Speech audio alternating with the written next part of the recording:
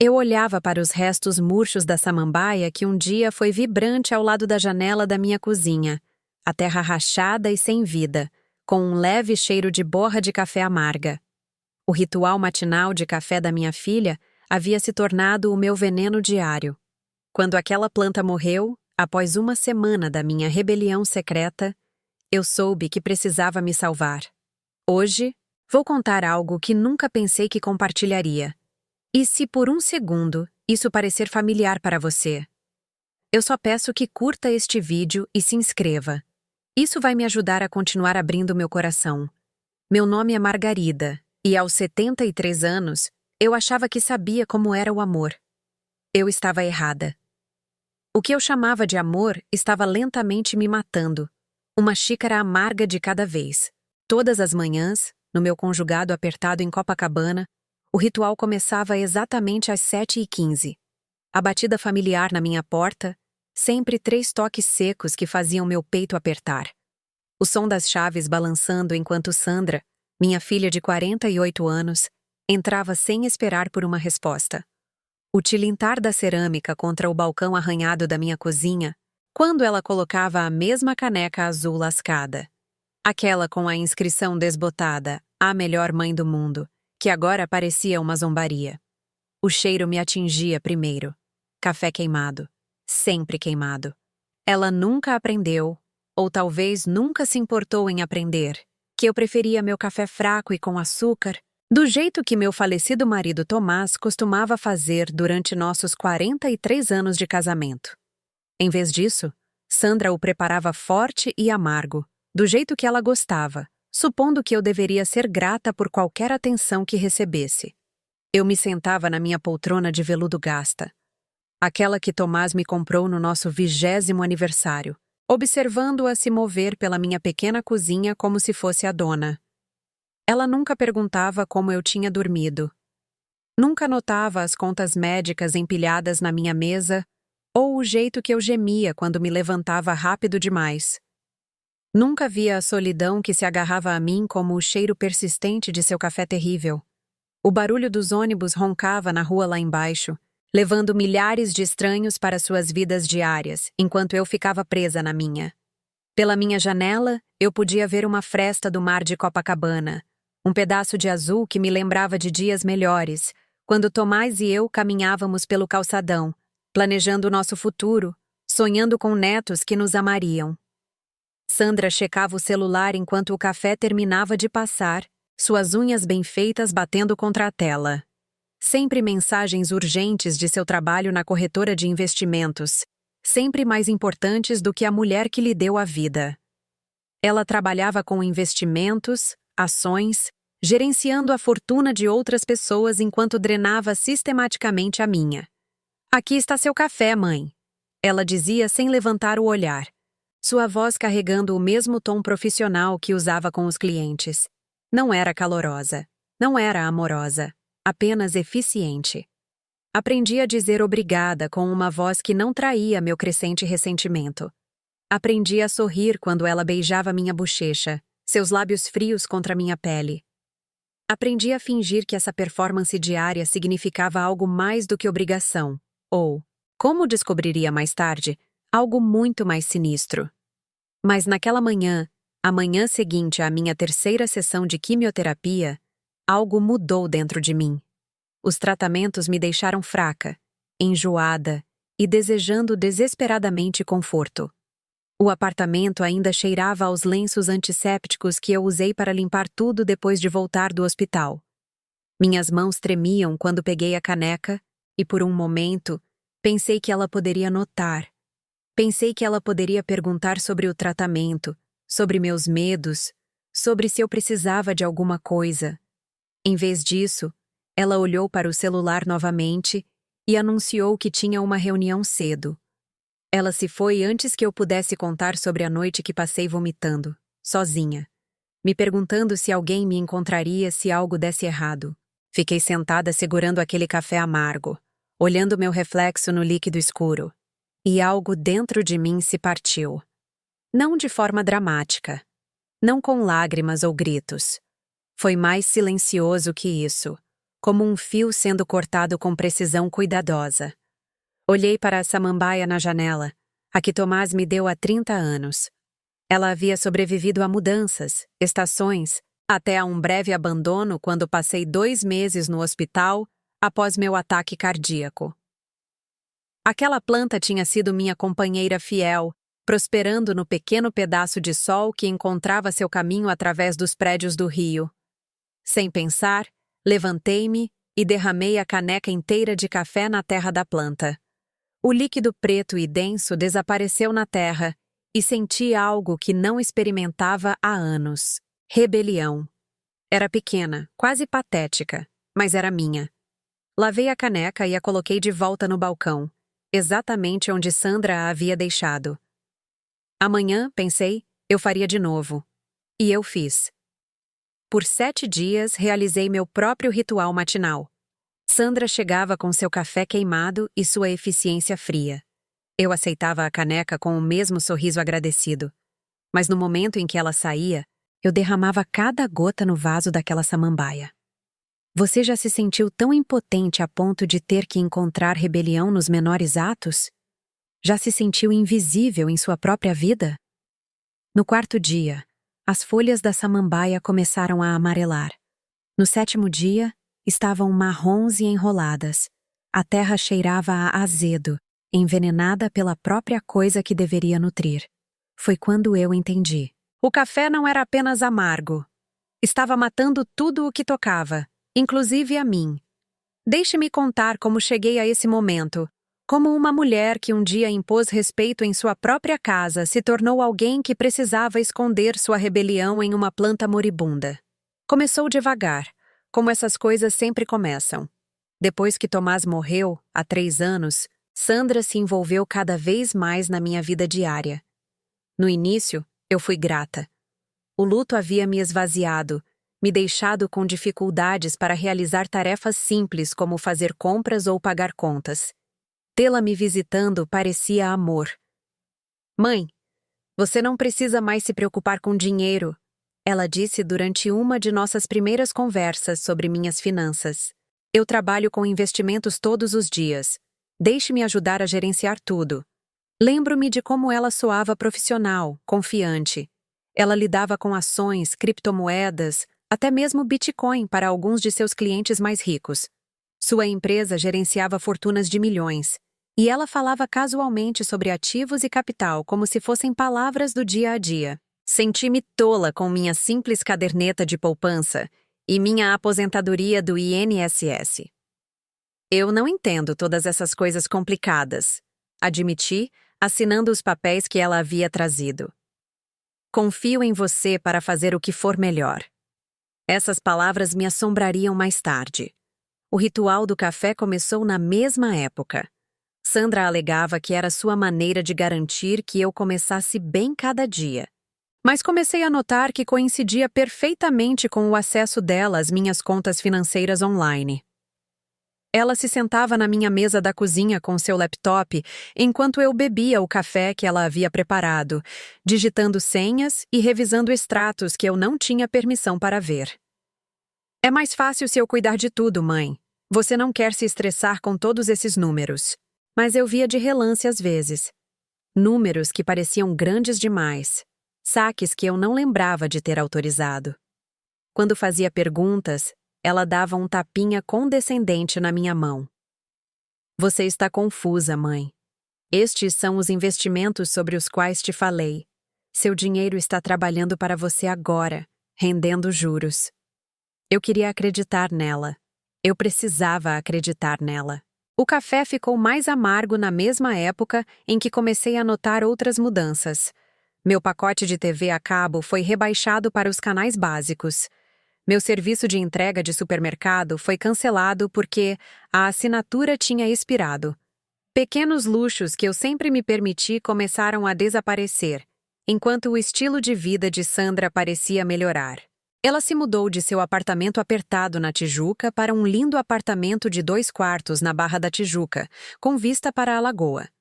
Ela comprou um carro novo, uma BMW reluzente que custou mais do que eu já gastei em qualquer coisa, exceto meu apartamento. Seu guarda-roupa se transformou em tailleurs de grife e bolsas caras.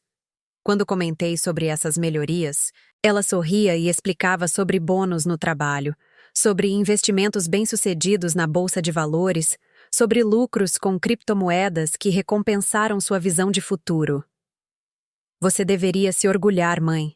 Aprendi responsabilidade financeira com você e o papai. Mas Tomás havia sido cuidadoso com o dinheiro, não imprudente.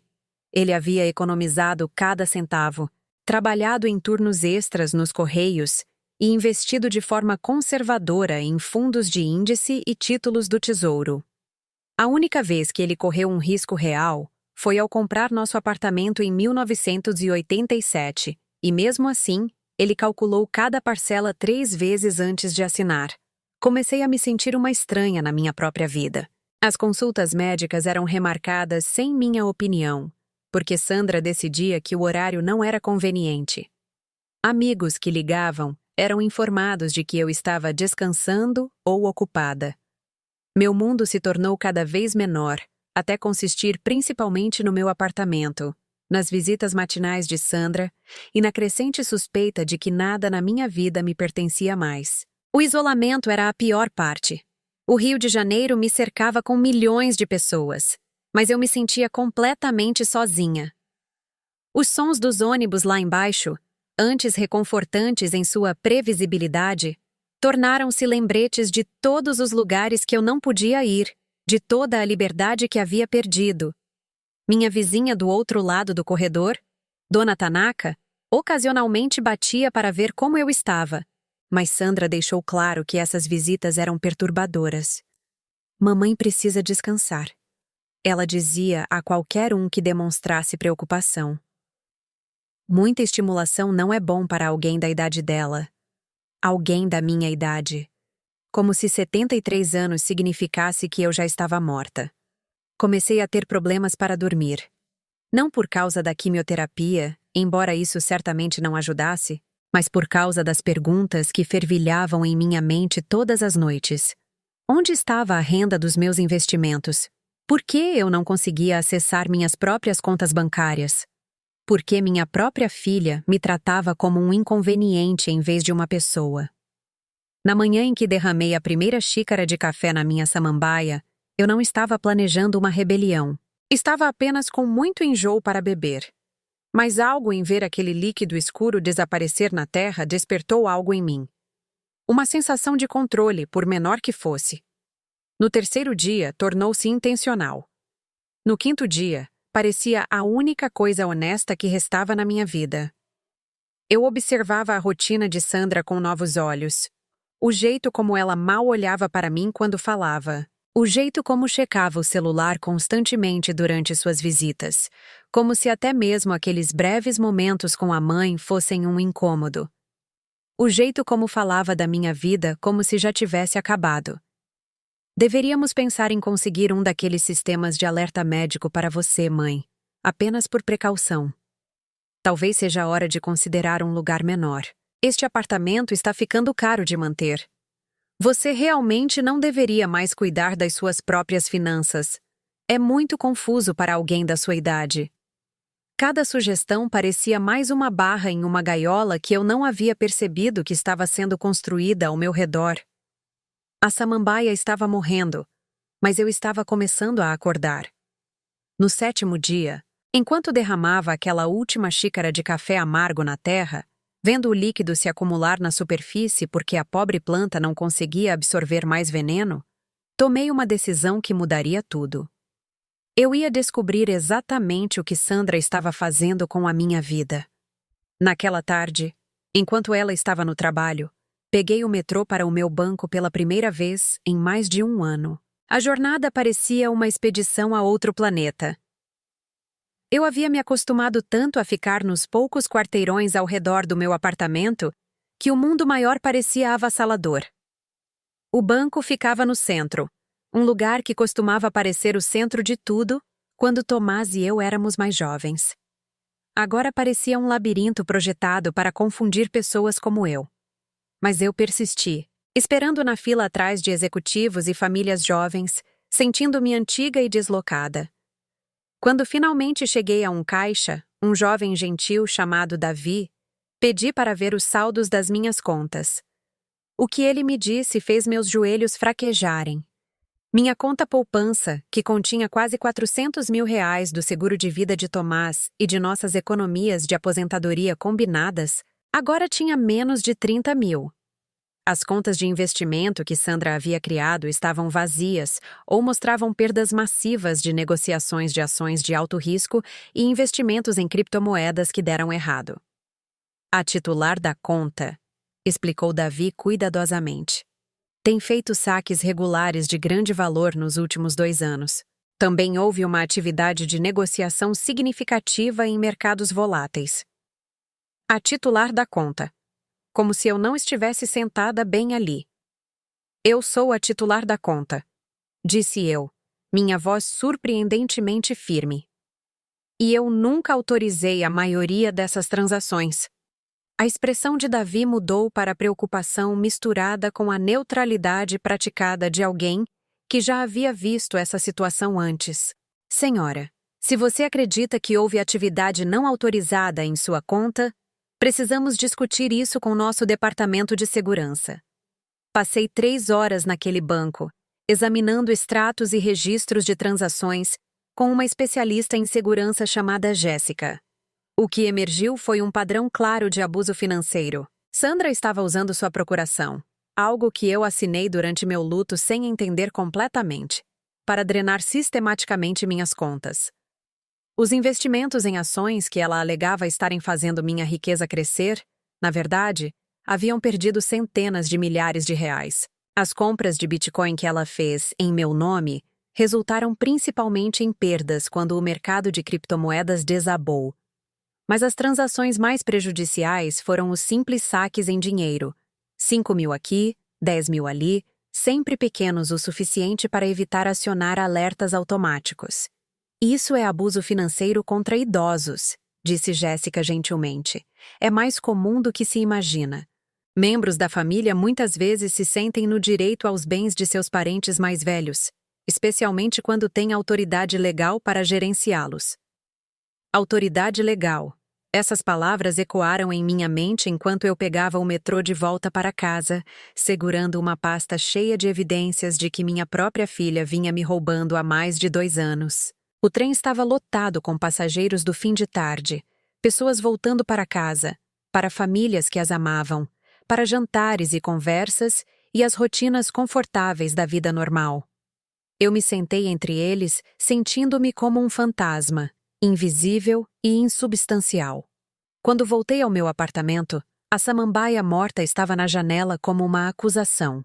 Suas folhas marrons haviam começado a cair, sujando o parapeito da janela com os restos do que um dia esteve vivo e próspero. Eu sabia exatamente como ela se sentia. Naquela noite, fiz algo que não fazia há meses. Liguei para meu filho Miguel em Curitiba.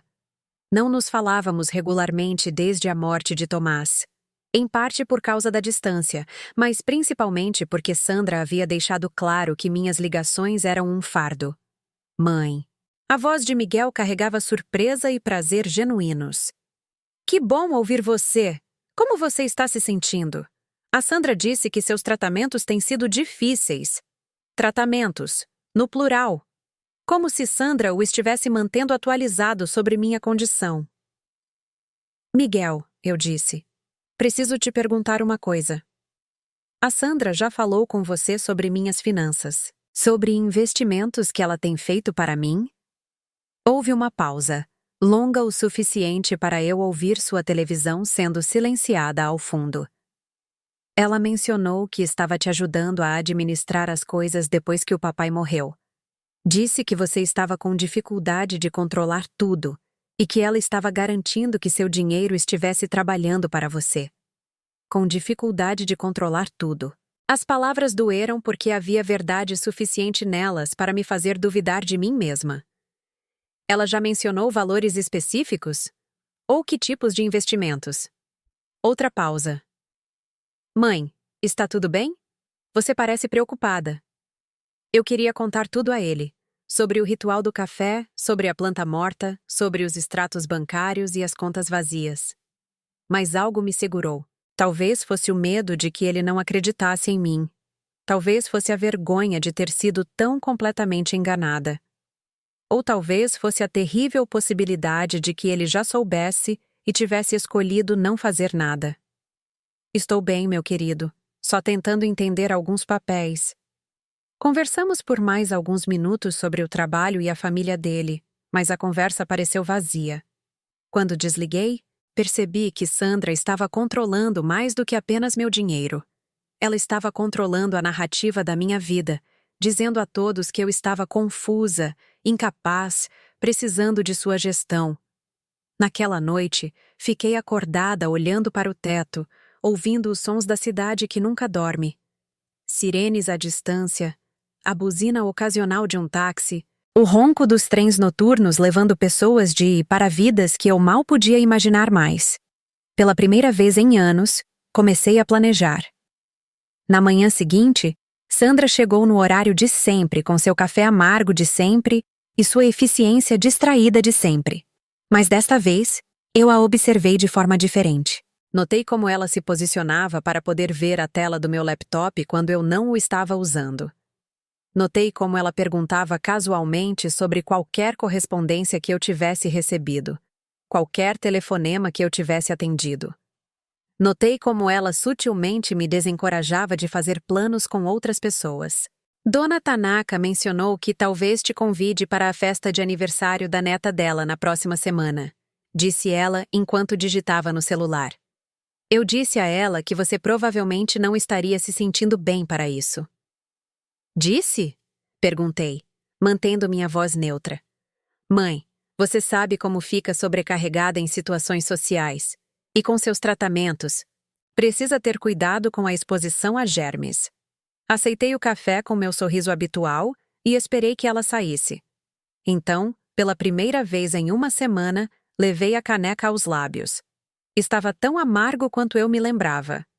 Mas eu bebi mesmo assim, porque eu estava cansada de esconder minha rebelião em uma planta moribunda. Eu tinha trabalho a fazer. O primeiro passo foi conseguir meu próprio advogado. Não alguém que Sandra recomendasse. Não alguém que pudesse ter lealdades conflitantes, mas meu próprio defensor. Usei a antiga agenda de Tomás para encontrar o advogado que cuidou de nossos testamentos, um homem chamado Dr. Roberto Almeida, que praticava direito do idoso há mais de 30 anos. O segundo passo foi documentar tudo. Fiz cópias de todos os extratos bancários que Jéssica me deu, fotografei os documentos legais que Sandra me pediu para assinar e comecei a manter um diário de nossas interações diárias. O terceiro passo foi o mais difícil. Eu tinha que me preparar para uma guerra com minha própria filha. O escritório do Dr. Almeida ficava em um casarão reformado na Zona Sul, do tipo que parecia profissional e reconfortante ao mesmo tempo. Quando expliquei minha situação, sua expressão ficou séria. Dona Margarida, o que a senhora está descrevendo é infelizmente comum na minha prática. Filhos adultos muitas vezes justificam o abuso financeiro convencendo-se de que têm direito ao dinheiro de seus pais, especialmente quando têm acesso legal a ele. Ele revisou os documentos que eu trouxe, fazendo anotações e ocasionalmente balançando a cabeça. A procuração que a senhora assinou dá a Sandra amplos poderes sobre suas finanças, mas não lhe dá o direito de usar seu dinheiro para benefício próprio. Com base nesses padrões de saque e perdas de investimento, temos base para uma ação civil e, potencialmente, acusações criminais. Acusações criminais contra minha própria filha. Eu não quero mandá-la para a prisão, eu disse rapidamente. Eu só quero minha vida de volta. Dr. Almeida assentiu compreensivamente. Vamos começar revogando a procuração e congelando suas contas para evitar mais acessos não autorizados. Depois, podemos tratar da restituição. Ao sair de seu escritório, senti algo que não experimentava há anos: esperança. Mas também me senti aterrorizada. As visitas matinais de Sandra haviam se tornado a estrutura em torno da qual todo o meu dia girava. Por mais manipuladoras e controladoras que fossem, elas também eram meu único contato humano regular. Como seria minha vida sem elas? Esse medo quase me impediu de dar o próximo passo. Quase. 2 dias depois, liguei para Sandra e pedi que ela viesse à noite em vez de pela manhã. Disse que tinha algo importante para discutir. Ela chegou parecendo irritada com a interrupção de sua rotina, trazendo comida japonesa como se fosse uma visita social. Mãe, você pareceu tão séria no telefone. O que está acontecendo? Eu havia ensaiado essa conversa em minha mente dezenas de vezes, mas sentada à sua frente na minha pequena sala de estar, lutei para encontrar as palavras.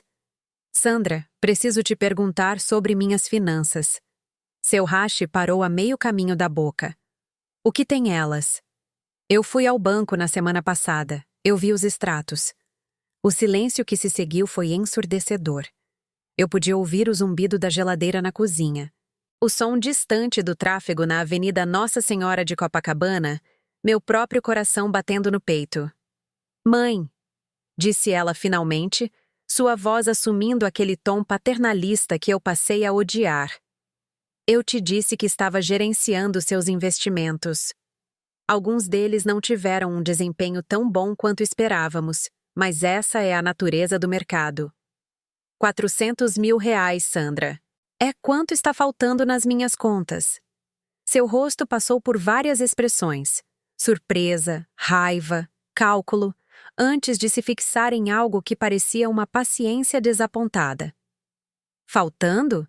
Mãe, esse dinheiro não está faltando. Foi investido. Alguns desses investimentos perderam valor quando a bolsa de valores ficou instável. As compras de Bitcoin perderam dinheiro quando as criptomoedas caíram. Isso não é roubo, é apenas um timing infeliz. Mas agora eu tinha feito minha pesquisa. Eu havia aprendido sobre as ações específicas que ela negociou, os investimentos em criptomoedas que não faziam sentido para alguém da minha idade, o padrão de saques que coincidia com suas melhorias no estilo de vida. E os saques em dinheiro. As transferências de 5 e 10 mil reais que foram diretamente para sua conta pessoal? Por um momento, sua máscara caiu completamente. Vi cálculo ali, e algo que parecia desprezo. Isso foram taxas, mãe. Taxas de administração por cuidar do seu portfólio. Você tem alguma ideia de quanto tempo e expertise eu dediquei para gerenciar suas finanças?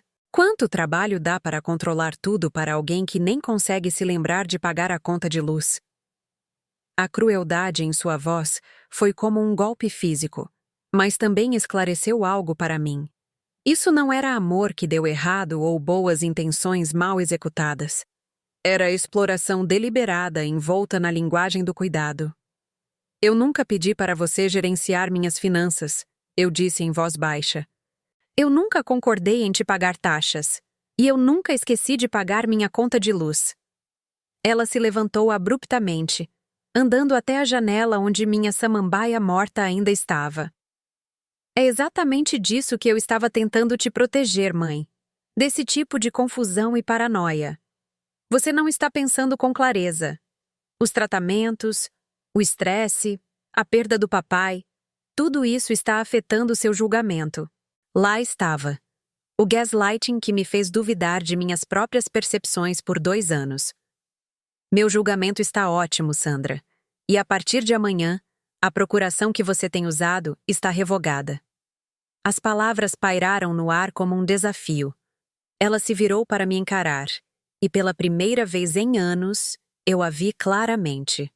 Não como minha filha dedicada cuidando de sua mãe idosa, mas como uma mulher que havia roubado sistematicamente minha independência, minha dignidade e minha segurança financeira. Você não pode fazer isso, disse ela, mas sua voz não tinha convicção. Eu já fiz. O Dr. Almeida cuidou da papelada hoje. Seu rosto ficou branco. Se de raiva ou de medo, eu não saberia dizer. Mãe, você está cometendo um erro terrível. Sem minha ajuda, você ficará completamente perdida. Você não entende como a gestão financeira é complicada no mercado de hoje. Você não entende de criptomoedas, ou de negociação de ações, ou de diversificação de portfólio. Você vai perder tudo sem orientação profissional. Eu vou perder tudo? Perguntei. Sandra, eu já perdi tudo. Você se certificou disso. Ela tentou várias outras abordagens. Lágrimas, ameaças, promessas de fazer melhor. Mas algo havia se quebrado dentro de mim. Ou talvez algo finalmente tivesse cicatrizado. Eu não estava mais disposta a trocar minha dignidade pela ilusão de seu cuidado. Ela saiu naquela noite furiosa, batendo a porta com tanta força que minhas outras plantas tremeram em suas prateleiras. Sentei-me no silêncio repentino, cercada pelos restos de uma vida que eu estava apenas começando a recuperar. Na manhã seguinte, pela primeira vez em mais de 2 anos, ninguém bateu à minha porta às 7h15. Ninguém me trouxe café amargo ou checou o celular enquanto fingia se importar com meu bem-estar. Ninguém me fez sentir invisível em minha própria casa. Em vez disso, fiz meu próprio café, fraco e com açúcar, do jeito que Tomás costumava fazer, e sentei-me à janela observando a cidade acordar. Foi a manhã mais bonita que experimentei em anos. Mas eu também estava apavorada. Sandra estava certa sobre uma coisa. Eu estava sozinha agora de maneiras que não estivera desde que Tomás morreu. A perspectiva de gerenciar minhas finanças restantes, lidar com meus cuidados médicos, navegar pelas complexidades da vida diária sem o envolvimento dela parecia avassaladora. O dinheiro sempre foi uma fonte de ansiedade para mim. Tendo crescido durante a Grande Depressão, meus pais me ensinaram a importância de economizar cada centavo, de nunca gastar frivolamente, de se preparar para desastres que poderiam chegar sem aviso. Tomás compartilhava desses valores, e juntos construímos uma modesta fortuna através de poupança cuidadosa e investimentos conservadores. Agora, com a maior parte dessa riqueza perdida, senti os velhos medos retornando. E se eu não pudesse pagar meus tratamentos médicos? E se algo acontecesse com meu apartamento? E se eu acabasse sozinha e desamparada, uma daquelas idosas que você vê no noticiário que morre esquecida em uma casa de repouso? Mas por baixo do medo havia outra coisa. Alívio. Pela primeira vez em 2 anos, eu podia pensar sem a agenda de outra pessoa nublando meu julgamento. Eu podia tomar decisões sem que alguém questionasse minha competência. Eu podia existir sem performance, sem gratidão por migalhas de atenção. Passei aquela primeira manhã fazendo algo absurdo. Joguei fora a samambaia morta. Ela havia cumprido seu propósito, absorvendo todo aquele café envenenado, toda aquela pretensão amarga de cuidado. Mas agora era a hora de deixá-la ir. O vaso vazio ficou no parapeito da janela como uma promessa. Espaço para algo novo crescer. 3 dias se passaram antes que Sandra tentasse entrar em contato comigo. Ela deixou mensagens de voz que progrediram de raivosas a suplicantes e ameaçadoras. Ela enviou mensagens de texto alternando entre desculpas e acusações. Ela até tentou ligar para Miguel, esperando que ele interviesse em seu favor. Mas durante esses 3 dias, eu havia entrado em contato com meu próprio mundo. Dona Tanaka, minha vizinha, ficou encantada quando bati em sua porta e aceitei seu convite para a festa de aniversário de sua neta. A celebração foi pequena, realizada no salão de festas do nosso prédio, mas estava cheia de risadas e calor genuíno. Eu estava tão preocupada com você, confidenciou Dona Tanaka, enquanto observávamos as crianças brincarem. Sua filha sempre dizia que você estava doente demais para receber visitas, mas você parece muito melhor agora. Eu também me reconectei com minha velha amiga Eleonora, alguém que Sandra havia efetivamente cortado da minha vida, alegando que eu estava muito mal para obrigações sociais. Eleonora morava em uma comunidade de idosos em Niterói e me convidou para participar de seu clube do livro. Estamos lendo Mistérios este mês, disse ela ao telefone. Pareceu apropriado de alguma forma. Mais importante, tive uma longa conversa com Miguel. Desta vez, contei tudo a ele. Sobre o dinheiro desaparecido, sobre o abuso financeiro, sobre o isolamento e controle que definiram os últimos 2 anos da minha vida. Sua resposta me surpreendeu. Mãe, eu suspeitava que algo não estava certo. Sandra sempre parecia evasiva quando eu perguntava sobre seus cuidados, e algumas das coisas que ela me dizia não batiam. Mas eu estava lidando com meus próprios problemas aqui, e acho que peguei o caminho mais fácil, assumindo que ela tinha tudo sob controle. Sua honestidade foi dolorosa e curativa ao mesmo tempo. Conversamos sobre maneiras como ele poderia estar mais envolvido em minha vida, apesar da distância, sobre visitas que poderíamos planejar, sobre telefonemas regulares que não seriam filtrados pelo controle de Sandra. Quando Sandra finalmente apareceu na minha porta sem avisar, eu estava pronta para ela. Ela parecia péssima, abatida, desesperada, com raiva. A fachada profissional polida havia rachado, revelando algo cru por baixo. Mãe, precisamos conversar. Você está destruindo nossa família com essas acusações. Eu a deixei entrar, mas não lhe ofereci café. Que acusações, Sandra? Eu simplesmente retomei o controle das minhas próprias finanças. Você contratou um advogado para me atacar. Você virou o Miguel contra mim. Você está agindo como se eu fosse algum tipo de criminosa, quando tudo o que fiz foi tentar cuidar de você. Havia algo quase crível em seu tom magoado, e por um momento senti a velha culpa surgindo. Talvez eu estivesse exagerando. Talvez as perdas financeiras fossem realmente apenas má sorte em mercados voláteis. Talvez suas taxas fossem uma compensação legítima por serviços prestados. Então olhei para o parapeito vazio da janela onde minha samambaia envenenada havia morrido. E me lembrei da verdade. Sandra, se você estivesse cuidando de mim, teria perguntado o que eu precisava em vez de decidir por si mesma. Você teria me incluído nas decisões sobre meu próprio dinheiro, em vez de esconder os extratos. Você teria incentivado minhas amizades, em vez de me isolar de todos que se importavam comigo. Não foi isso que aconteceu. Você me roubou. Eu disse simplesmente. Não apenas dinheiro, embora você certamente tenha feito isso. Você roubou minha autonomia, minha dignidade, minhas conexões com outras pessoas. Você me tornou uma prisioneira em minha própria vida e me convenceu de que era para o meu próprio bem. Seu rosto passou por várias emoções antes de se fixar em uma raiva fria. Tudo bem. Você quer ser independente? Quer administrar tudo sozinha? Boa sorte com isso.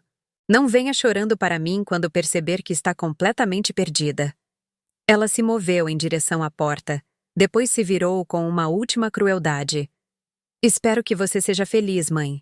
Espero que viver sozinha com sua paranoia e seus advogados seja tudo o que você imaginou. Mas não espere que eu venha correndo quando tudo desmoronar. Depois que ela saiu, sentei-me na minha poltrona e chorei. Não de tristeza exatamente, mas da liberação de uma pressão que eu não sabia que estava carregando. Foi como lancetar uma ferida infeccionada. Doloroso, mas no final, curativo. Eu estava livre. As semanas que se seguiram foram desafiadoras de maneiras que eu não havia previsto. Aprender a navegar no banco online, coordenar minhas próprias consultas médicas, gerenciar tarefas domésticas que Sandra havia controlado, tudo exigia mais energia do que eu esperava. Mas a cada pequena vitória, eu me sentia mais forte. Quando configurei com sucesso o pagamento automático de minhas contas de serviços públicos, senti orgulho. Quando pesquisei e escolhi meu próprio centro de tratamento de câncer com base na reputação deles, em vez da proximidade com o escritório de Sandra, senti-me empoderada. Quando contratei um serviço de limpeza e um arranjo de entrega de supermercado que funcionava para minhas necessidades reais, em vez do cronograma de outra pessoa, senti-me competente.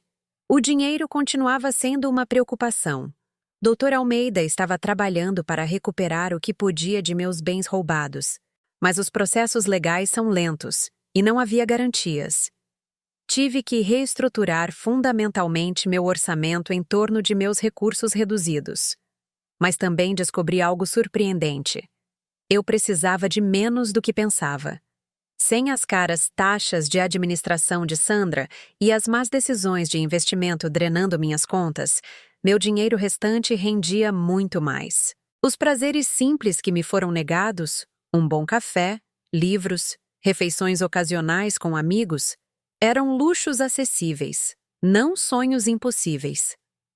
3 meses após nosso confronto final, Sandra fez uma última tentativa de recuperar o controle. Ela chegou à minha porta com papéis de aparência oficial e uma história sobre uma oportunidade de investimento lucrativa. Mãe, eu sei que tivemos nossas diferenças, mas encontrei uma maneira de ajudá-la a recuperar o dinheiro que foi perdido. Há um novo fundo de criptomoeda que está mostrando retornos incríveis. Se agirmos rapidamente, podemos recuperar tudo o que foi perdido nas quedas do mercado. A antiga eu poderia ter sido tentada. A promessa de recuperar minha segurança financeira, de desfazer o dano que havia sido feito, era sedutora. Mas eu havia aprendido demais sobre criptomoedas e sobre minha filha para ser enganada novamente. Obrigada por pensar em mim, eu disse educadamente, mas não estou interessada. Sua máscara caiu completamente então. A pretensão de cuidado, de lealdade familiar, de interesses compartilhados, desapareceu, deixando apenas uma frustração nua. Você está sendo estúpida, mãe. Você vai acabar sem dinheiro e sozinha, e a culpa será sua.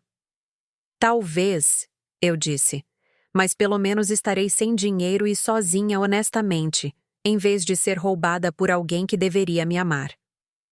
Ela saiu sem dizer mais uma palavra, e eu soube que ela não voltaria. 6 meses depois de ter derramado a última xícara de café amargo em minha samambaia moribunda, eu estava vivendo uma vida completamente diferente. Minhas manhãs começavam quando eu decidia acordar, não quando alguém exigia a entrada em minha casa. Eu fazia meu próprio café, fraco e com açúcar, e sentava-me à janela lendo os livros que Eleonora havia recomendado em nosso clube. O parapeito da janela agora abrigava um pequeno jardim de ervas, manjericão, alecrim, tomilho, que enchia o apartamento com o cheiro de coisas crescendo. Eu havia me juntado a um centro de convivência para idosos em meu bairro, onde trabalhava como voluntária 2 vezes por semana, ajudando outros idosos a navegar em sistemas burocráticos e a reconhecer sinais de abuso financeiro. Minha experiência com Sandra me deu uma sensibilidade particular à manipulação familiar, e eu ajudei outras 3 mulheres a recuperar o controle de suas próprias vidas. Meus cuidados médicos estavam em minhas próprias mãos agora. Encontrei um oncologista que me tratava como uma parceira em meu cuidado, em vez de um fardo a ser gerenciado. Meus tratamentos estavam progredindo bem e, pela primeira vez desde o meu diagnóstico, sentia-me esperançosa sobre meu prognóstico. Miguel havia me visitado 2 vezes, e estávamos planejando uma viagem juntos para ver minha irmã em Minas Gerais. Sandra tentara envenenar esse relacionamento também, dizendo a ele que viajar seria estressante demais para mim. Mas decidimos me deixar determinar minhas próprias limitações. O dinheiro ainda estava apertado, mas, doutor, Almeida conseguiu recuperar cerca de R$60 mil do que Sandra havia roubado. Não era tudo, mas combinado com minha aposentadoria e a pequena pensão do trabalho de Tomás, era o suficiente para eu viver com dignidade. Mais importante, descobri que a dignidade não era algo que pudesse ser comprado ou perdido através da manipulação financeira.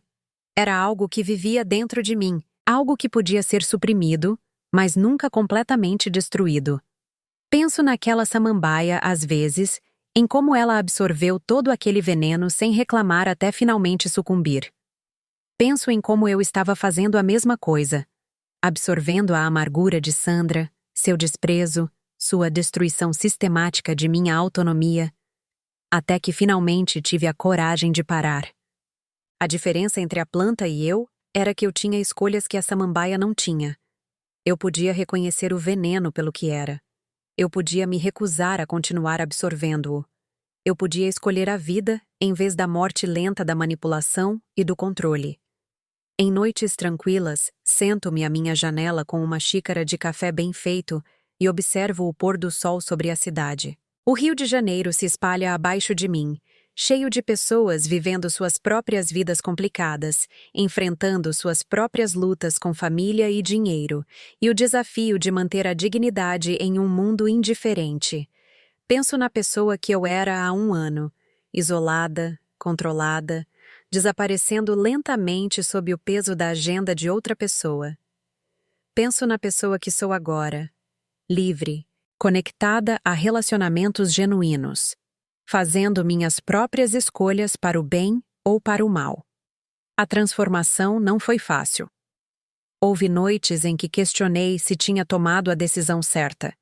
Dias em que os desafios práticos da independência pareciam avassaladores.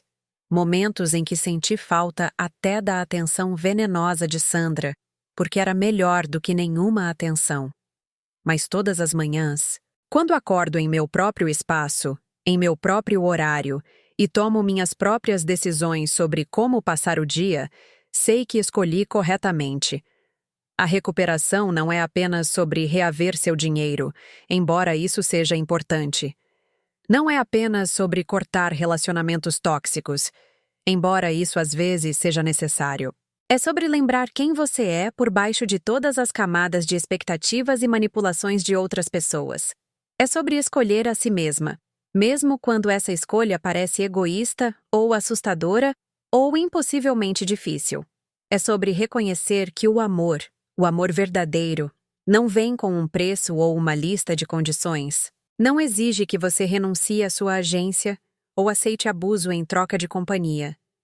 Não envenena tudo o que toca.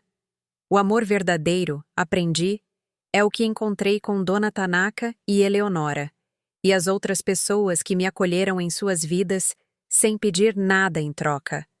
É o que Miguel me mostrou em nosso relacionamento renovado, construído na honestidade em vez da obrigação. É o que estou lentamente aprendendo a dar a mim mesma. O jardim de ervas no parapeito da minha janela está prosperando agora. O manjericão cresceu alto e perfumado. O alecrim está desenvolvendo caules lenhosos. O tomilho se espalha em um pequeno tapete verde sobre a terra. Eles crescem no mesmo lugar onde minha samambaia morreu, mas em terra limpa, com água em vez de veneno, com uma atenção que nutre em vez de destruir. Eu cuido deles com cuidado, mas não os controlo. Dou-lhes o que precisam e os deixo crescer à sua maneira, em seu próprio ritmo. É um tipo de cuidado diferente do que Sandra já me mostrou. Paciente em vez de urgente, nutritivo em vez de gerenciador, respeitoso em vez de desdenhoso. Às vezes me pergunto o que teria acontecido se eu nunca tivesse notado que a samambaia estava morrendo. Se eu tivesse continuado a beber aquele café amargo e a aceitar aquela versão tóxica de amor como normal. Eu teria desaparecido lentamente como a planta, envenenada por pequenas doses diárias de desprezo disfarçado de cuidado? Acho que sim. E esse pensamento me enche de gratidão pelo pequeno ato de rebelião que começou tudo. A decisão de derramar café em um vaso de planta em vez de bebê-lo. Foi um gesto tão pequeno, quase ridículo em sua insignificância. Mas foi a primeira coisa honesta que fiz em anos. Reconheceu a verdade que eu não estava disposta a dizer em voz alta. Este relacionamento está me matando. Essa honestidade, mesmo em uma forma tão pequena, foi o começo de tudo o que se seguiu. Hoje, aos 73 anos, estou aprendendo coisas que pensei ter descoberto décadas atrás. Estou aprendendo que independência não é o mesmo que solidão. Estou aprendendo que relacionamentos familiares nem sempre valem a pena ser preservados. Estou aprendendo que a segurança financeira importa, mas não tanto quanto a autonomia pessoal. Mais importante, estou aprendendo que nunca é tarde para escolher a si mesma. Minha história não tem um final de conto de fadas. Sandra e eu não temos uma reconciliação chorosa onde finalmente nos entendemos. Ela não foi movida por amor equivocado ou boas intenções mal executadas. Ela era uma adulta que tomou decisões calculadas para explorar a confiança e a vulnerabilidade de sua mãe para seu próprio ganho financeiro. Eu não a perdoo por isso, e não acho que o perdão seja necessário para a cura. O que encontrei, em vez disso, é algo melhor do que a reconciliação, a paz. A paz que vem de viver autenticamente, de se cercar de pessoas que veem seu valor, de tomar decisões com base em seus próprios valores em vez da manipulação de outra pessoa. A paz que vem de beber o café do jeito que você gosta, feito com suas próprias mãos, em seu próprio tempo. Se você está ouvindo esta história e algo nela parece familiar, se você já se sentiu invisível em sua própria vida, Se já se perguntou se alguém que afirma te amar está na verdade te roubando? Se teve medo de confiar em suas próprias percepções, porque alguém te convenceu de que você está confusa ou paranoica? Por favor, saiba que você não está sozinha. E, por favor, saiba que não é tarde demais para derramar o café amargo no vaso da planta, metaforicamente falando. Não é tarde demais para escolher a si mesma, para recuperar sua dignidade, para se recusar a ser envenenada por relacionamentos que afirmam te nutrir. É assustador, e é difícil, e você pode acabar sozinha de maneiras que parecem avassaladoras. Mas sozinha e livre é melhor do que acompanhada e morrendo lentamente. Sua vida pertence a você. Seu dinheiro pertence a você. Suas decisões pertencem a você. Ninguém, nem mesmo a família, nem mesmo as pessoas que afirmam te amar, tem o direito de tirar essas coisas de você em troca de sua presença em sua vida. Você merece mais do que café amargo servido com desprezo. Você merece mais do que um cuidado que vem com custos ocultos. Você merece relacionamentos que acrescentam à sua vida em vez de drená-la. E você merece saber que escolher a si mesma não é egoísmo, é sobrevivência. A samambaia só pôde absorver veneno até morrer. Mas você tem escolhas que a samambaia não tinha. Use-as. Você já sentiu como se estivesse sendo lentamente envenenada por alguém que afirmava te amar? Já se viu fazendo pequenos atos de rebelião porque não conseguia se obrigar a fazer os grandes? Por favor, me conte nos comentários abaixo. Sua história, seja ela qual for, importa. E se isso ressoou com você, se te ajudou a se sentir menos sozinha ou te deu coragem para examinar seus próprios relacionamentos com mais honestidade, por favor, curta este vídeo e se inscreva neste canal. Isso ajuda outras pessoas a encontrar essas histórias quando mais precisam. Às vezes, a coisa mais importante que podemos fazer é compartilhar nossa verdade, mesmo quando é difícil, mesmo quando nos torna vulneráveis, mesmo quando não temos certeza de como as pessoas responderão. Obrigada por ouvir a minha. Agora, quase um ano depois, enquanto estou aqui gravando esta história, percebo o quanto minha perspectiva continuou a evoluir.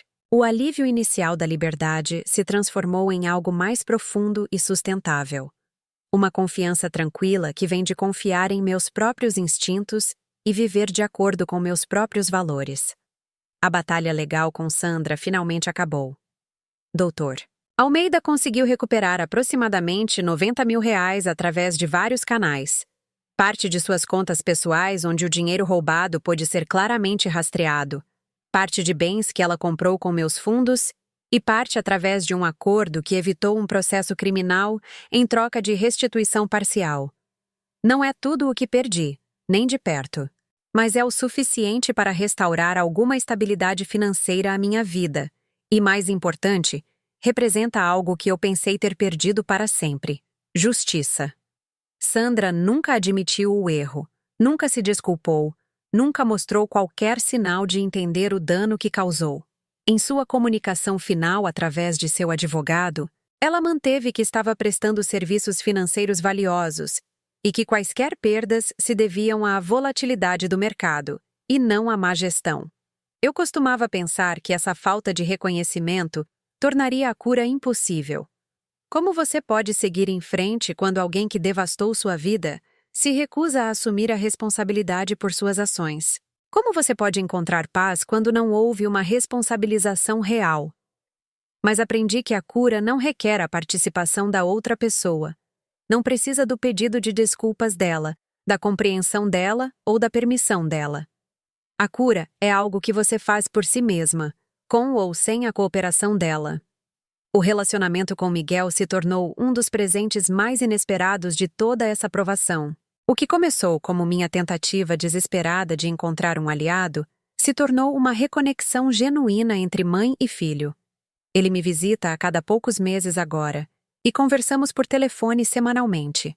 Durante sua última visita, ele trouxe álbuns de fotos de sua infância que eu não via há anos. Passamos uma tarde inteira olhando-os, lembrando de festas de aniversário, férias em família e momentos comuns que de alguma forma se tornaram preciosos com a passagem do tempo. Sinto muito por não ter estado mais envolvido depois que o papai morreu, disse ele enquanto olhava para uma foto de Tomás o ensinando a andar de bicicleta. Eu deveria ter prestado mais atenção ao que estava acontecendo com a Sandra. Você não tinha como saber, eu lhe disse. Ela foi muito cuidadosa em apresentar uma fachada convincente. Mas eu poderia ter me esforçado mais para me manter conectado diretamente com você em vez de confiar nas atualizações dela. Eu poderia ter feito perguntas melhores quando as coisas não pareciam muito certas.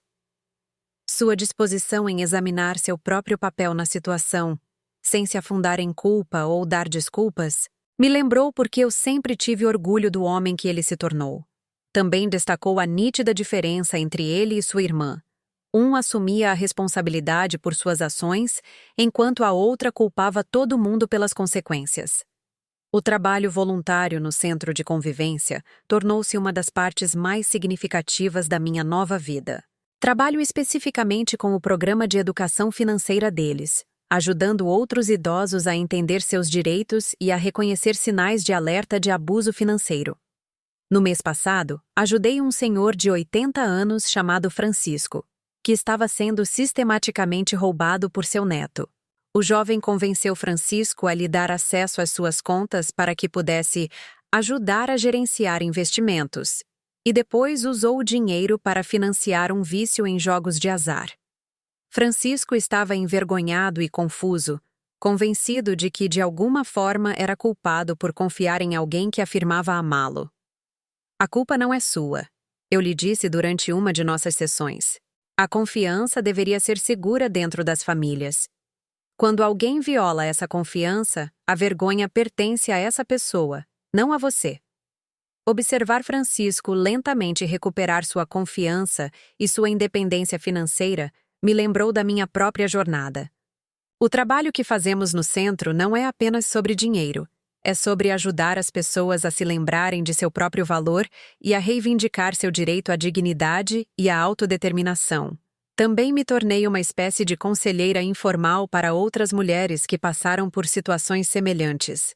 As notícias se espalham em comunidades como a minha, e regularmente recebo ligações de pessoas que ouviram minha história e reconhecem elementos de suas próprias vidas nela. Na semana passada, passei 2 horas no telefone com uma mulher chamada Rita, cujo filho a havia isolado de seus amigos e a estava pressionando para vender sua casa e morar com a família dele. Ela tinha medo de resistir porque não queria perder o contato com os netos, mas sentia que algo não estava certo na situação. Confie em seus instintos, eu lhe disse. Quando algo parece errado, geralmente está errado, mesmo quando é apresentado como sendo para o seu próprio bem. Essas conversas são difíceis, mas necessárias. Elas me lembram que minha experiência não foi única, que o abuso financeiro e emocional de idosos por seus próprios familiares é muito mais comum do que a maioria das pessoas imagina. Elas também me lembram do quão longe eu cheguei em minha própria recuperação. Os tratamentos de câncer terminaram há 6 meses com excelentes resultados. Meu oncologista, Dr. Martins, diz que o prognóstico é muito bom, e me sinto mais forte e saudável do que há anos. É irônico que durante o período em que Sandra afirmava estar cuidando da minha saúde, eu estava, na verdade, ficando mais doente com o estresse e o isolamento que ela criou. Assim que recuperei o controle de meus cuidados médicos e me cerquei de pessoas genuinamente solidárias, minha condição física melhorou drasticamente. Acho que há uma lição nisso sobre a conexão entre a saúde emocional e física. Quando seu espírito está sendo sistematicamente esmagado, seu corpo muitas vezes reflete esse dano. Quando você se cura emocionalmente, a cura física muitas vezes se segue. Minha rotina diária agora não tem nenhuma semelhança com o cronograma cuidadosamente controlado que Sandra havia me imposto. Eu acordo quando meu corpo me diz para acordar, geralmente por volta das 7 da manhã. Faço meu café, ainda fraco e com açúcar, e passo 1 hora lendo ou fazendo as palavras cruzadas. Às vezes, ligo para Eleonora ou Dona Tanaka para conversar sobre nossos planos para o dia. 2 vezes por semana vou ao centro de convivência para o trabalho voluntário. 1 vez por semana, participo do Clube do Livro de Eleonora, que se tornou uma fonte de estímulo intelectual e conexão social. Atualmente estamos lendo uma biografia de Eleanor Roosevelt, uma mulher que também teve que aprender tardiamente a viver autenticamente após anos sendo controlada pelas expectativas de outras pessoas. Ela realmente só se encontrou depois que Franklin morreu, destacou nossa líder de discussão na semana passada. Às vezes, a liberdade vem através da perda, mesmo quando essa perda é dolorosa. Pensei nessa observação por dias. Havia verdade nisso. Eu não me tornei totalmente eu mesma até depois de perder Tomás, e depois novamente após perder a ilusão do cuidado de Sandra. Mas também percebi que não foram as perdas em si que criaram a liberdade. Foi minha decisão sobre como responder a essas perdas. A morte de Tomás poderia ter me deixado permanentemente diminuída, dependente da versão de cuidado de Sandra indefinidamente. Em vez disso, eventualmente, tornou-se o catalisador para descobrir uma força que eu não sabia que possuía. A traição de Sandra poderia ter destruído minha capacidade de confiar em alguém novamente. Em vez disso, me ensinou a distinguir entre cuidado genuíno e controle manipulador. A chave foi aprender a ver essas perdas como começos em vez de finais. O começo de um tipo diferente de vida em vez do fim da única vida que eu conhecera. O jardim de ervas no parapeito da minha janela se expandiu além do manjericão, alecrim e tomilho originais. Adicionei hortelã, orégano e até uma pequena planta de lavanda que Dona Tanaka me deu. A colheita e o uso dessas ervas se tornaram um ritual diário que me conecta ao simples prazer de nutrir seres vivos. Às vezes, quando estou regando ou arrancando folhas para usar na minha comida, penso naquela primeira samambaia e como ela morreu absorvendo o veneno destinado a mim. De uma forma estranha, a morte daquela planta salvou minha vida, forçando-me a reconhecer o que realmente estava acontecendo. Seu sacrifício me ensinou que eu não precisava continuar absorvendo toxicidade apenas porque alguém a chamava de amor. As novas plantas crescem em terra limpa, recebem água pura e prosperam sob a mesma luz do sol que não pôde salvar a samambaia. A diferença não é o local ou a luz, é a qualidade do cuidado que recebem. Essa metáfora se tornou central para como eu penso sobre relacionamentos agora. A mesma pessoa pode murchar sob um cuidado tóxico ou florescer sob uma nutrição genuína. A diferença não está na pessoa, está na qualidade do amor que ela recebe. Comecei a namorar, algo que nunca pensei que faria nesta fase da vida. O nome dele é Arthur, e o conheci em uma palestra no Centro Comunitário sobre Planejamento Financeiro para Idosos. Ele é viúvo, tem 75 anos, e perdeu a esposa para o mal de Alzheimer há 2 anos. Nosso relacionamento é gentil e descomplicado de maneiras que parecem revolucionárias após anos de manipulação de Sandra. Arthur pergunta o que eu gostaria de fazer em vez de me dizer o que é melhor para mim. Ele me inclui em decisões que afetam a nós dois, em vez de fazer escolhas unilaterais em meu nome. Ele incentiva minhas amizades e interesses em vez de tentar me isolar. Mais notavelmente, ele trata minha independência como um trunfo, e não como um problema a ser resolvido. Eu me apaixonei pela mulher que você é agora, ele me disse recentemente. Não por alguma versão de você que precisa ser gerenciada ou consertada. A simplicidade dessa declaração me deixou sem fôlego. Por tantos anos com Sandra, eu me senti como um problema que precisava ser resolvido, um fardo que precisava ser gerenciado. Uma velha confusa que não podia ser confiada com sua própria vida.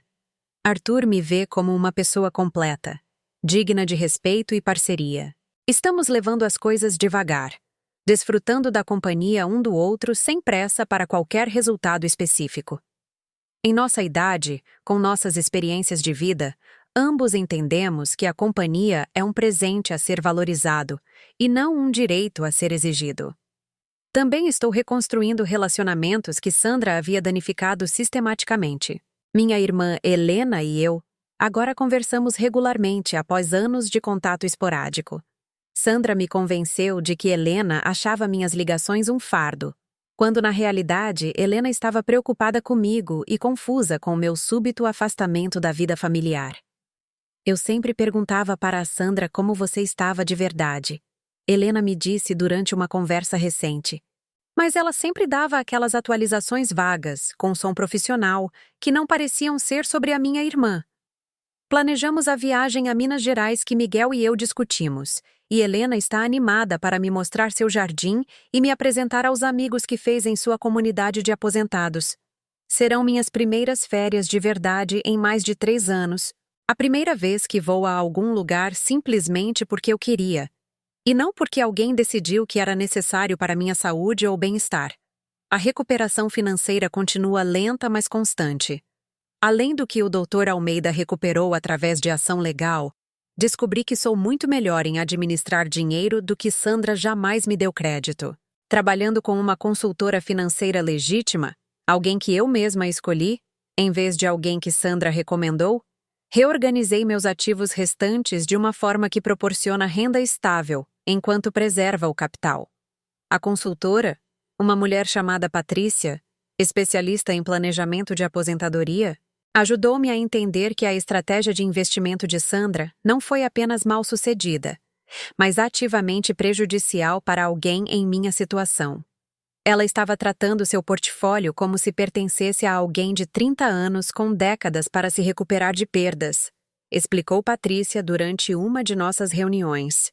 Para alguém da sua idade, a preservação do capital deveria ter sido a prioridade, com apenas uma pequena porcentagem em investimentos de alto risco.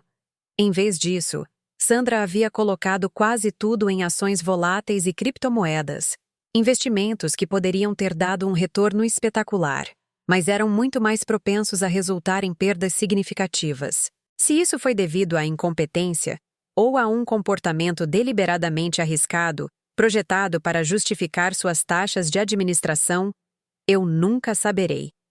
O resultado final foi o mesmo: a destruição sistemática da minha segurança financeira. Sob a orientação de Patrícia, reconstruí um portfólio de investimentos modesto, mas estável, focado em ações que pagam dividendos, títulos do governo e outros instrumentos conservadores apropriados para alguém da minha idade. Os retornos não são espetaculares, mas são estáveis e previsíveis, o que me dá a paz de espírito que o jogo de alto risco de Sandra nunca pôde. Também aprendi a usar a tecnologia de maneiras que me dão maior controle sobre minhas finanças. Meu smartphone agora tem aplicativos bancários que me permitem monitorar minhas contas em tempo real, algo que Sandra havia desencorajado, alegando que era complicado demais para eu entender. Meu laptop está configurado com um software financeiro que me ajuda a rastrear despesas e manter um orçamento. A ironia é que agora sou mais tecnologicamente sofisticada do que quando Sandra supostamente me ajudava a navegar no complexo mundo moderno. A diferença é que aprendi essas habilidades no meu próprio ritmo, com professores pacientes que queriam me capacitar em vez de manter a dependência. Um dos desenvolvimentos mais inesperados da minha nova vida foi meu relacionamento com as redes sociais. Miguel me ajudou a criar contas no Facebook e Instagram, inicialmente apenas para me manter conectada com a família e ver fotos de seus filhos. Mas descobri comunidades online de pessoas que sofreram abuso de idosos, manipulação financeira e afastamento familiar. Ler suas histórias e compartilhar a minha tem sido doloroso e curativo. Não estou sozinha no que vivenciei. Há milhares de pessoas que foram roubadas, isoladas e manipuladas por familiares que afirmavam amá-las. Há também milhares de pessoas que encontraram a coragem de recuperar suas vidas, muitas vezes mais tarde na vida do que parece possível. Tornei-me uma espécie de defensora nesses espaços online, compartilhando recursos sobre opções legais para vítimas de abuso e incentivando as pessoas a confiarem em suas próprias percepções quando algo parece errado. Minha história foi compartilhada centenas de vezes e recebo regularmente mensagens de pessoas que dizem que lhes deu coragem para examinar suas próprias situações mais de perto. Você me ajudou a perceber que a ajuda da minha filha era, na verdade, controle, escreveu uma mulher. Derramei meu próprio café metafórico no vaso da planta hoje. Essas mensagens me lembram que compartilhar verdades difíceis pode ter efeitos em cascata muito além do que imaginávamos. Minha disposição para ser vulnerável sobre minha experiência com Sandra aparentemente ajudou outras pessoas a reconhecer dinâmicas semelhantes em suas próprias vidas. A resolução legal do meu caso também teve implicações mais amplas. O Dr. Almeida usou a documentação da minha situação como parte de uma apresentação que ele deu à polícia local sobre o reconhecimento e a persecução do abuso financeiro de idosos. Os padrões que identificamos no comportamento de Sandra tornaram-se um modelo para investigar casos semelhantes. Sua disposição para lutar em vez de apenas aceitar a perda nos ajudou a desenvolver melhores ferramentas para proteger outros idosos, ele me disse recentemente. O processo de descoberta em seu caso revelou técnicas que agora sabemos como procurar em outras investigações. Tenho orgulho de que algo positivo tenha surgido de uma experiência tão negativa. Se meu sofrimento puder ajudar a evitar que pelo menos uma outra pessoa passe pelo que eu passei, então ele serve a um propósito além da minha própria recuperação. O relacionamento com meus netos, os filhos de Miguel, também foi restaurado. Sandra havia dito a eles que eu estava muito doente e frágil para contato regular, o que havia gradualmente reduzido nossa comunicação a breves e constrangedoras chamadas telefônicas em aniversários e feriados. Agora fazemos videochamadas semanais, e eles estão planejando uma visita neste verão. Vovó, você parece muito mais feliz do que antes, observou minha neta Emma durante nossa última chamada.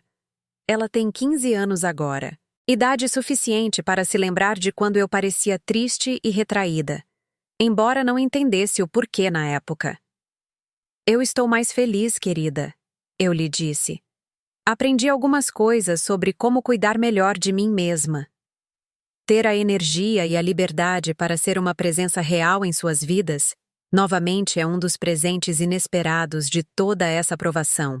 O controle de Sandra me roubou não apenas meu dinheiro e independência, mas também meu papel como avó. Recuperar esse relacionamento tem sido profundamente curativo. Olhando para trás agora, posso ver que o ritual do café nunca foi realmente sobre café. Foi sobre poder e controle, sobre estabelecer domínio através de um lembrete diário de quem estava no comando. A amargura da bebida era simbólica da amargura que Sandra sentia por ter que lidar com um pai idoso, e ela se certificou de que eu absorvesse essa amargura junto com tudo o mais que ela derramava em minha vida.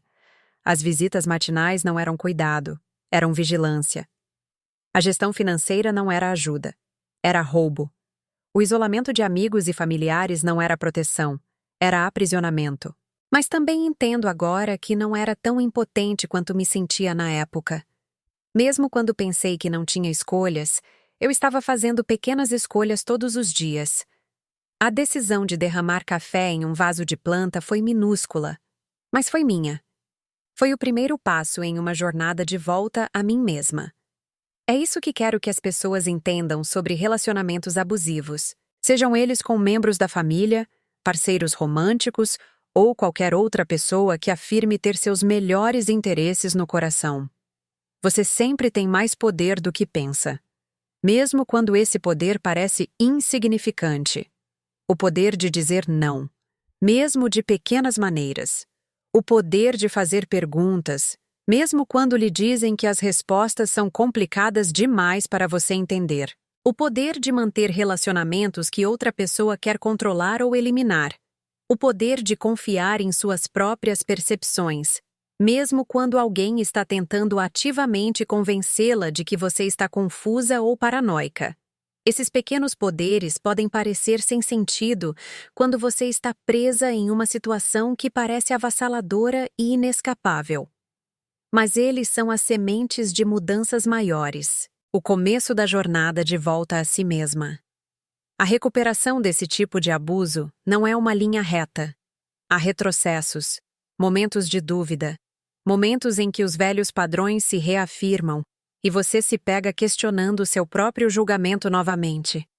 Há noites solitárias em que você se pergunta se a independência vale o isolamento. Dias difíceis em que luta com tarefas que outra pessoa costumava lidar, por pior que fosse. Mas também há momentos de pura alegria que fazem tudo valer a pena. A primeira vez que você toma uma decisão baseada puramente em suas próprias preferências. A primeira vez que alguém a trata como um adulto competente, em vez de um fardo a ser gerenciado. A primeira manhã em que você acorda e percebe que seu dia pertence inteiramente a você. Esses momentos se acumulam ao longo do tempo, construindo uma base de autoconfiança que se torna mais forte do que qualquer validação externa. Você aprende a beber seu café do jeito que gosta, a gastar seu dinheiro em coisas que lhe trazem alegria, a se cercar de pessoas que veem seu valor. Você aprende que é suficiente, exatamente como é, sem a gestão, o aprimoramento ou o controle de ninguém. Ao terminar de gravar esta história, estou sentada em meu jardim. Não as ervas do parapeito da janela, embora estejam prosperando, mas um pequeno canteiro no jardim comunitário que o centro de convivência me ajudou a arrendar. É início de noite, e a luz do final do verão se filtra através das folhas dos pés de tomate que eu cultivei a partir de sementes. Arthur está aqui comigo, lendo silenciosamente em um banco que comprei com meu próprio dinheiro, escolhido de acordo com meu próprio gosto. Dona Tanaka e Eleonora virão mais tarde para o jantar. Uma refeição que cozinharei usando ervas do meu próprio jardim, servida em pratos que eu mesma selecionei, em um apartamento que parece um lar novamente. A samambaia já se foi há muito tempo, é claro, mas em seu lugar, a vida cresce abundantemente. Não apenas as plantas, mas relacionamentos baseados no respeito mútuo em vez de poder e controle. Não apenas estabilidade financeira, mas a confiança que vem de gerenciar seus próprios assuntos. Não apenas independência, mas a alegria que vem de escolher a interdependência com pessoas que valorizam sua autonomia. Sandra nunca mais tentou entrar em contato comigo, depois daquele encontro final com o esquema de investimento em criptomoedas. Às vezes me pergunto como é a vida dela agora, se ela encontrou outras vítimas para explorar, ou se foi forçada a enfrentar as consequências de suas ações. Mas na maioria das vezes, eu nem penso nela. Essa indiferença é talvez a maior vitória de todas. Por tanto tempo, minha energia emocional foi consumida pelo relacionamento com ela. Primeiro pela gratidão por seu suposto cuidado, depois por um crescente desconforto com seu controle, finalmente pelo esforço necessário para escapar de sua manipulação. Agora ela não ocupa espaço em meus pensamentos diários, exceto quando estou ajudando outras pessoas a reconhecer padrões semelhantes em suas próprias vidas. Ela se tornou irrelevante para minha felicidade, que é exatamente como deveria ser. A mulher que sou agora seria irreconhecível para a mulher que se sentava naquela poltrona de veludo há 2 anos, bebendo café amargo e se sentindo invisível em sua própria vida. Aquela mulher estava desaparecendo lentamente, envenenada por pequenas doses diárias de desprezo disfarçado de cuidado. Esta mulher, a mulher que sou agora, está vibrantemente viva, conectada a relacionamentos genuínos e absolutamente certa de seu próprio valor. A transformação não aconteceu da noite para o dia, e não foi fácil. Mas foi possível, mesmo aos 73 anos, mesmo após anos de manipulação sistemática, mesmo quando todos ao meu redor estavam convencidos de que eu não era mais capaz de gerenciar minha própria vida. Nunca é tarde para escolher a si mesma. Nunca é tarde para confiar em suas próprias percepções. Nunca é tarde para recusar o café amargo e exigir algo melhor. Sua vida pertence a você. Use-a bem. Se minha história tocou em algo em sua própria experiência, por favor, não aguarde para si. Compartilhe este vídeo, conte a um amigo, inicie uma conversa sobre as coisas que geralmente não falamos em família. Às vezes, a coisa mais importante que podemos fazer é quebrar o silêncio em torno de experiências que prosperam no segredo. E lembre-se, você merece relacionamentos que a nutrem em vez de drená-la. Você merece um cuidado que respeita sua autonomia em vez de destruí-la. Você merece um amor que vê seu valor em vez de explorar suas vulnerabilidades. Você merece mais do que café amargo servido com desprezo. Não se contente com menos. As ervas em meu jardim estão prontas para a colheita agora. O manjericão está cheio e perfumado. O alecrim robusto e resiliente. O tomilho se espalhando em um tapete de folhas minúsculas e perfeitas. Eles crescem em terra limpa, recebem água pura e florescem na luz. Assim como eu. Obrigada por ouvir minha história. Obrigada por se importar com o que acontece com pessoas como eu.